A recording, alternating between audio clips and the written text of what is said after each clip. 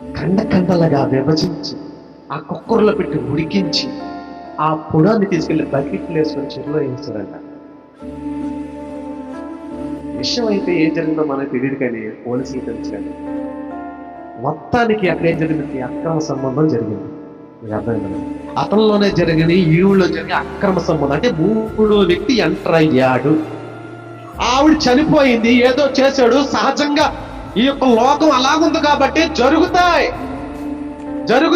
అవే కాదు, ఎన్నో చూస్తున్నాం, జరుగుతాయి. కానీ నీ పిల్లల పరిస్థితి ఏంటి? భార్యను చంపేస్తావు, నీ పిల్లల పరిస్థితి ఏంటి? నువ్వు కరెక్ట్ గా ఉన్నావా? నిన్ను కూడా తీసుకెళ్ళి ఏం చేస్తారు?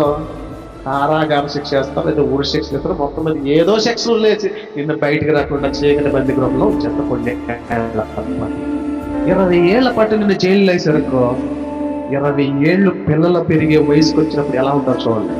ఆ పిల్లలు ఎలా ఉంటారు? పిల్లలు అమ్మ లేదు, నాన్న లేడు, బ్రతకడానికి లేదు, ఉన్నత చదువులు చదవడానికి అవకాశం లేదు. సంఘం ముందు, సొసైటీ ముందు, విలేజ్ ముందు, ఆ యొక్క ఈదుల ముందు మీ నాన్న ఎలా రా, మీ అమ్మ ఎలా రా అంటే తలెత్తుకుని బ్రతకగలరా? ఈ లోకంలో బ్రతకలేరు.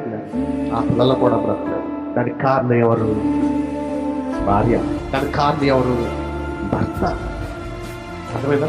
అంటే దీనికి ముఖ్య కారణం ఎవరు? హృదయాలు తెరుచుకొని చూస్తున్నారు, ఎవడొస్తాడా అని.